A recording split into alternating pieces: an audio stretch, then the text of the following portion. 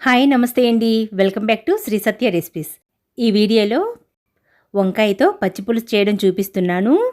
మనం పండగల టైంలో అలాగే మామూలు టైంలో కూడా పచ్చి పులుసుని చేసుకుంటూ ఉంటాం కదా. అయితే ఒక్కసారి ఇలా ట్రై చేయండి. పచ్చి పులుసు చాలా అంటే చాలా బాగుంటుంది.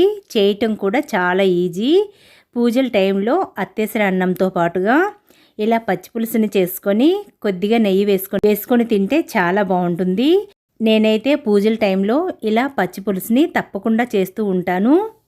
సో లేట్ చేయకుండా వీడియోలోకి వెళ్ళిపోదాము.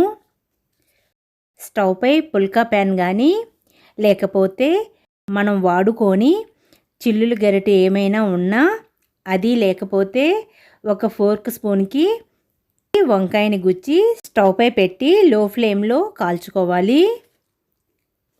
వంకాయని పచ్చిమిర్చిని శుభ్రంగా కడిగి ఇలా లో ఫ్లేమ్లో కాల్చుకోవాలి.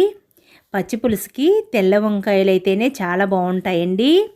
పచ్చి పులుసుకి వంకాయని ఆయిల్లో మగ్గనివ్వకూడదు.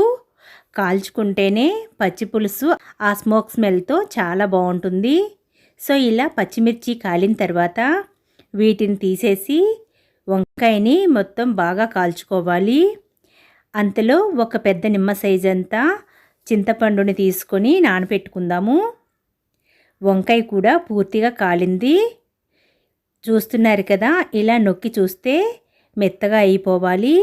ఇలా వంకాయ మొత్తం ఉడికిపోవాలి. స్టవ్ను ఆపి వంకాయని కొద్దిగా చల్లారనివ్వాలి.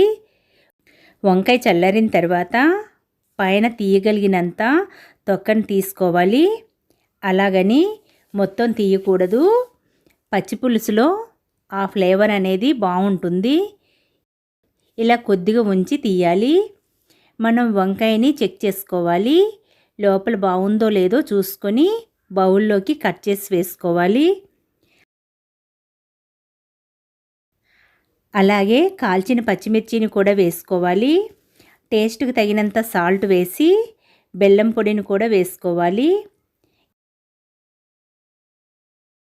ఇప్పుడు దీన్ని స్మాషర్తో అంతా కలిసేలా స్మాష్ చేసుకోవాలి. ఇవన్నీ కలిపిన తర్వాతనే చింతపండు పులుసును వేసుకోవాలి. లేకపోతే అన్నీ సరిగ్గా మిక్స్ అవ్వవు. ఒక ఉల్లిపాయని కట్ చేసి వేసుకోవాలి. ఇప్పుడు ఇందులోకి చింతపండు పులుసును మనకి కావలసినంత వేసి కలుపుకోవాలి. ఇలా అంతా బాగా పచ్చి పులుసుని కలుపుకోవాలి. మీకు పచ్చి పులుసు ఇంకా లూజ్గా కావాలి అనుకుంటే చింతపండు పులుసుని ఇంకా కొద్దిగా వేసుకోవచ్చు. నేనైతే కొద్దిగా ఇలా చిక్కగానే చేస్తాను. ఇంతేనండి, పచ్చి పులుసు రెడీ. ఈ పచ్చి పులుసుని పండగల టైంలో అత్తేసరి అన్నంలో కొద్దిగా నెయ్యి వేసుకొని తింటే చాలా అంటే చాలా బాగుంటుందండి.